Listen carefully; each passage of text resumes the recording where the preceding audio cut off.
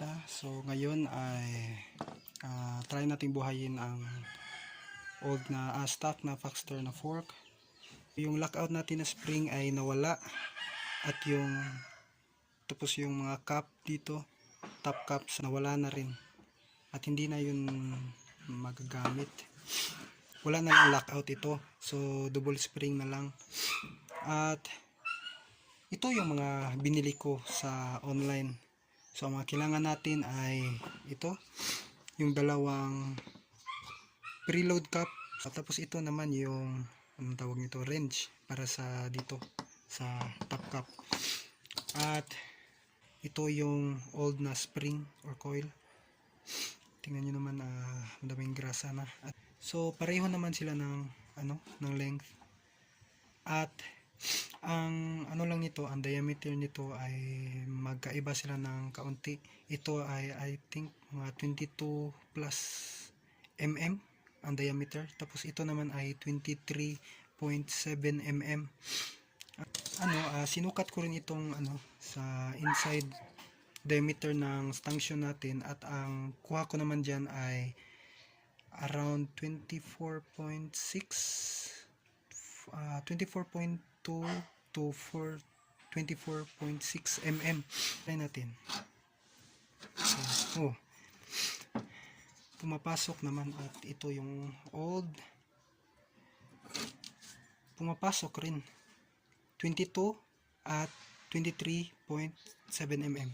At akala ko hindi talaga papasok ito, pero okay naman. Kaya so bubuhayin na natin tong fork.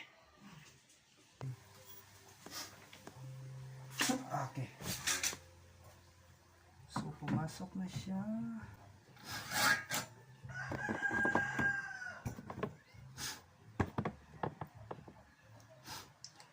So ito yung top niya.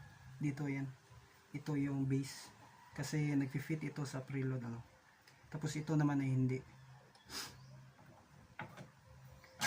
Mamaya na natin to lilinisin. So ito, kalawang na talaga. Try lang natin i-install kung okay ba talaga.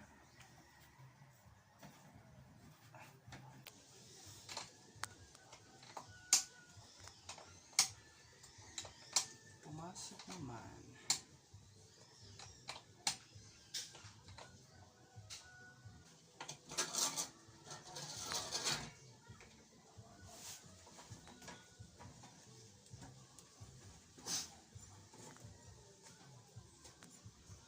So dito na magkakaalaman.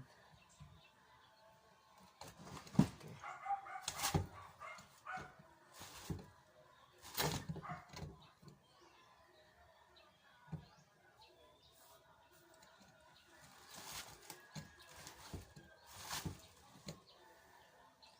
Okay, magagamit na ito. Pero ibabaklas natin ulit kasi lilinisin natin yung spring at yung sa loob nito. Okay. Ayos. Buhay na rin ulit ang Faxtor natin na fork.